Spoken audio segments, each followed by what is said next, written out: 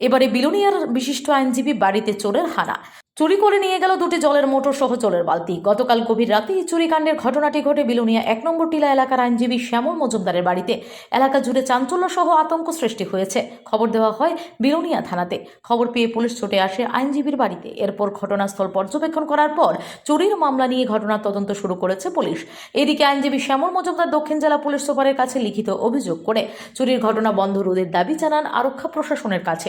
সংবাদ মাধ্যমের মুখোমুখি হয়ে আইনজীবী শ্যামল মজুমদারের স্ত্রী নেশাগ্রস্ত ব্যক্তিরা এই চুরির ঘটনার সাথে যুক্ত থাকতে পারে বলে অভিমত জানিয়ে পুলিশকে আরও কঠোর নজরদারি ব্যবস্থা করার দাবি রাখেন।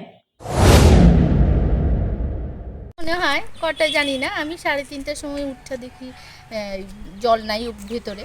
তো মোটর স্টার্ট করতে গিয়ে দেখি যে না, নাই, মোটরটা নাই। এরপরে তো সকালবেলা তো আচ্ছা ওইটা জানি না, পরে দেখি আমার ভাড়াটিয়া ঘরের মধ্যে আরেকটা মোটরও নাই, প্লাস বালতি নাই, জুতা নাই, এগুলি এই পর্যন্ত এইটুকু জানি নাই। এটা কার বাড়ি? এটা শ্যামল মজুমদারের বাড়ি। কি করেন উনি? অ্যাডভোকেট। কোন জায়গা এটা? এটা বিলোনিয়া বিলোনিয়া রাজীব কন্যার 1 নং টিলা। 1 নং টিলা। আচ্ছা, মানে আপনারা কখন টাইম পাইছেন? 3টা, 3:30, 3:30, 4:30 রাত্রিবেলা।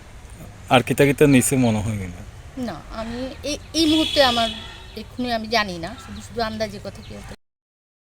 Bureau report, S Bharat live 24 hours.